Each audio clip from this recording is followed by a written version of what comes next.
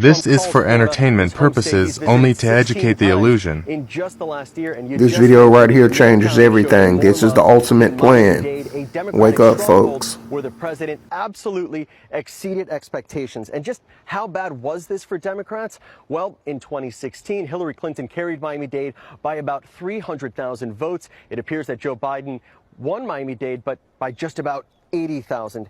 And there were some early warning signs in South Florida for Democrats, like a lower than expected black voter turnout. But the biggest surprise was the support that President Trump received from Latinos in South Florida. And we're not just talking about Cuban Americans here, other Latinos that likely turned out for the president, Venezuelans and Colombians, people from countries with a history of socialist dictators. And this is no doubt partly due to Trump labeling Biden as a socialist for a long time now, especially in those relentless TV ads. And it does appear that that message has resonated in policy outcomes.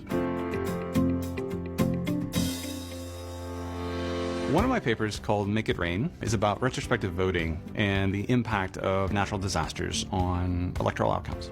On one hand, we would hope that natural disasters like a hurricane or a tornado shouldn't actually affect votes, because if people are rational, they understand that these things are not caused by their elected officials. They shouldn't therefore change any of their voting behavior. That's not what we found. We do find that acts of God affect kind of whether they vote for an incumbent or not.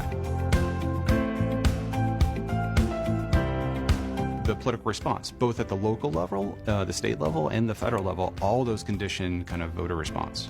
So it's not just my house is flooded, therefore I'm going to vote the politician out. We definitely see a relationship between those things, but we also see the kind of behavior and the responsibilities of the elected officials conditioning that response. Does a governor step in and request aid?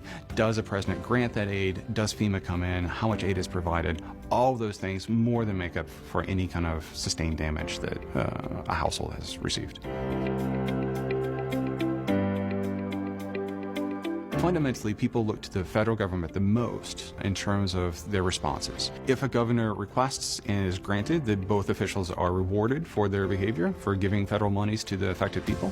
And if a governor requests, but a president turns down and denies the aid, we see that voters are rewarding a governor for requesting aid from the federal government and punishing a president for denying them aid. So from a theory of democracy point of view, we were a little concerned about democratic accountability because people are punishing electoral officials because of damage, because of a tornado. Right? That doesn't make any sense.